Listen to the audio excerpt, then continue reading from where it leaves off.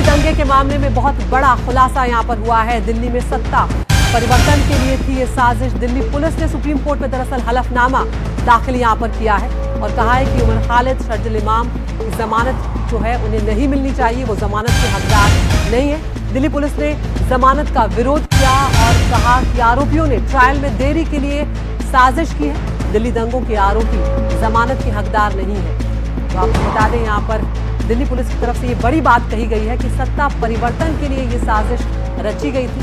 जो हलफनामा दिल्ली पुलिस की तरफ से सुप्रीम कोर्ट में दाखिल किया गया है उसमें सीधे तौर पर उमर खालिद और शरजील इमाम की जमानत का विरोध यहाँ पर किया गया है। साल 2020 का साल वो था जब दिल्ली में दंगे हुए थे और सुप्रीम कोर्ट ने उमर खालिद और शरजील इमाम की जमानत याचिकाओं पर जवाब दाखिल करने के लिए और वक्त देने से दिल्ली पुलिस को इनकार कर दिया था। उसके बाद आज दिल्ली पुलिस की तरफ से भी हलफनामा दाखिल किया गया है और अब कल इस मामले में सुनवाई होनी है। तो सीधे तौर पर दिल्ली पुलिस ने यहाँ पर जमानत का विरोध एक तरह से किया है यहाँ पर और कहा है कि ये आरोपी जमानत के हकदार नहीं है क्योंकि सत्ता परिवर्तन के लिए ये सारी साजिश को रचा गया था। आपको बता दें 5 साल का वक्त हो चुका है यहाँ पर उमर खालिद और शरजील इमाम की जमानत को लेकर कई बार सवाल भी उठे हैं। हाईकोर्ट की तरफ से भी जमानत देने से इनकार कर दिया गया था और जब सुप्रीम कोर्ट पहुंचा ये मामला तो सुप्रीम कोर्ट ने यहाँ पर कहा दिल्ली पुलिस को कि फौरन इस मामले में हलफनामा दाखिल किया जाए, चार्जशीट दाखिल की जाए। तो ये 3 अलग अलग तस्वीरें यहाँ पर आपको हम दिखा रहे हैं। केंद्र के खिलाफ बड़ी साजिश थी ये दिल्ली पुलिस ने हलफनामा दाखिल किया और कहा है कि सत्ता परिवर्तन के लिए ये दंगा करवाया गया था, ये सुनियोजित साजिश थी और दिल्ली पुलिस ने अब सुप्रीम कोर्ट में यह हलफनामा दाखिल कर दिया। हमारे लीगल अफेयर्स एडिटर आशीष भार्गव हमारे साथ जुड़ गए हैं। आशीष, अब इस मामले की सुनवाई कल 31 अक्टूबर को होने जा रही है, उससे पहले दिल्ली पुलिस का हलफनामा, क्या कुछ इसमें कहा गया है?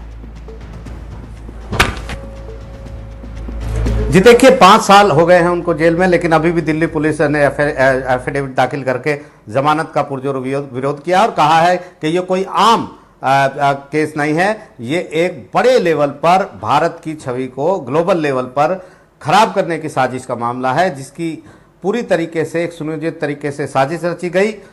इसके अलावा उनका यह भी कहना है कि जेल जो है वो नियम अपवाद है और बेल नियम है, जो सुप्रीम कोर्ट का आदेश है, सिद्धांत है, वो इस केस में लागू नहीं होता। गैर कानूनी गतिविधियों का ये मामला है और जिस तरीके से सुनियोजित तरीके से सोच समझकर साजिश के जरिए ये हिंसा को भड़काया गया, उससे जो देश है भारत को डिस्टेबलाइज करने की कोशिश थी ग्लोबल लेवल पर।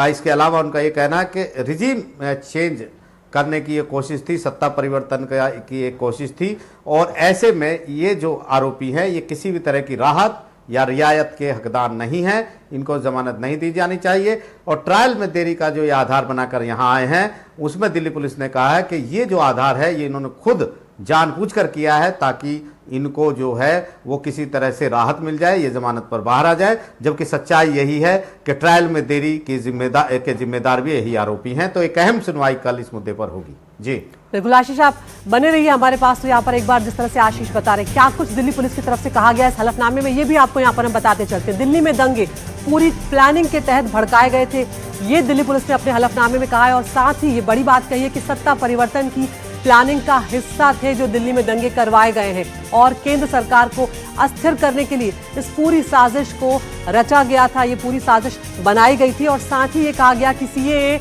एनआरसी के नाम पर भीड़ को प्लानिंग करके भड़काया गया था, जिसके बाद दिल्ली में दंगे भड़क गए थे। उमर खालिद, शरजील इमाम के इशारे पर ये पूरा प्लान तैयार हुआ था, ये दिल्ली पुलिस बड़ी बात यहाँ पर कह रही है।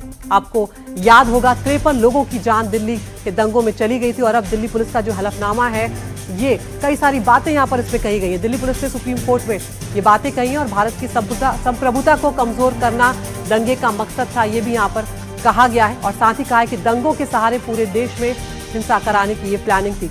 आशीष, ये बड़ी बातें जो हलफनामे में कही गई हैं इसके लिए सबूत जो है अब वो दिल्ली पुलिस को वो भी सामने रखने होंगे, क्या कुछ वो सबूत के तौर पर रख रहे हैं आखिर? जी देखिए, ये जमानत का मामला है, कोई ट्रायल का मामला नहीं है, मेरिट पर ही सुप्रीम कोर्ट को यहाँ पर नहीं जाना है। लेकिन दिल्ली पुलिस अपने एफिडेविट में दावे कर रही है कि उसके पास सबूत हैं और ये केस जो है कोई सामान्य केस नहीं है और ये जो आरोपी हैं ये कोई सामान्य आरोपी नहीं है। जहां पर ट्रायल में देरी के सिद्धांत को लेकर जिनको जमानत दे दी जाए। तो दिल्ली पुलिस उसी कड़ी में बता रही है सुप्रीम कोर्ट को कि ये किस तरीके से जो साजिश रची गई देश को बदनाम करने की, ट्रंप के दौरे के समय उनके पास तमाम सबूत हैं, व्हाट्सएप चैट्स हैं, हर तरीके के गवाह भी हैं जो इन कड़ियों को जोड़ते हैं कि ये कोई असाधारण घटना नहीं थी, बल्कि एक सोचे समझे तरीके से हिंसा को भड़काने की थी। शासन परिवर्तन यानी सत्ता परिवर्तन की ऑपरेशन एक तरीके से चलाया गया था।